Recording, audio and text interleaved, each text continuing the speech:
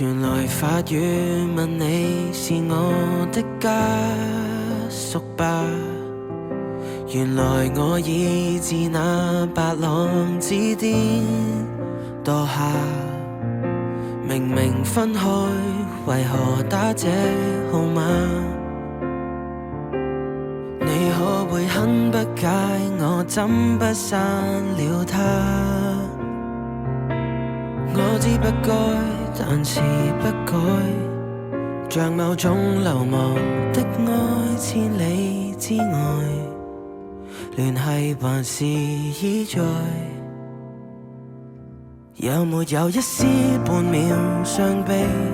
要是我今晚異地斷氣，問你可肯即夜趕搭通宵客機？有沒有一絲半秒歡喜？在無人以後來煩住你。若覺得將這責任加諸很離奇，是我自私今世最後騷擾的人兒，只想是你。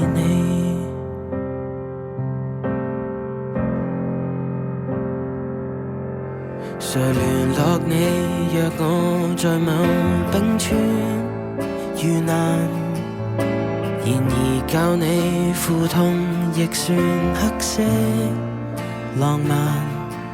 甜蜜那陣時關懷日子總講到大淚眼，誰料情感無常，這假設太簡單。你有沒有一絲半秒傷悲？要是我今晚異地斷氣，問你可肯即夜趕搭通宵客機？有沒有一絲半秒歡喜？在無人以後去牽絆你。若覺得將這責任加諸很離奇，是我自私今世最後騷擾的人兒，只想是你，必須是你，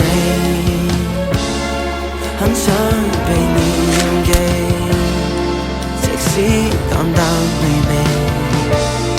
就算再新亦被嫌棄，都想借遺言說好想你，可惜最尾未夠運氣一起。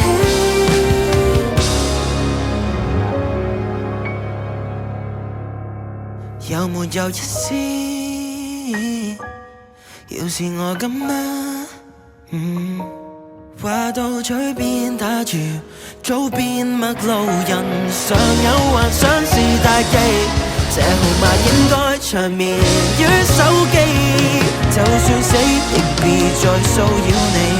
若覺得這惡作劇真的很頑皮，再個別識給我帶淚奔喪的情人，只想是你。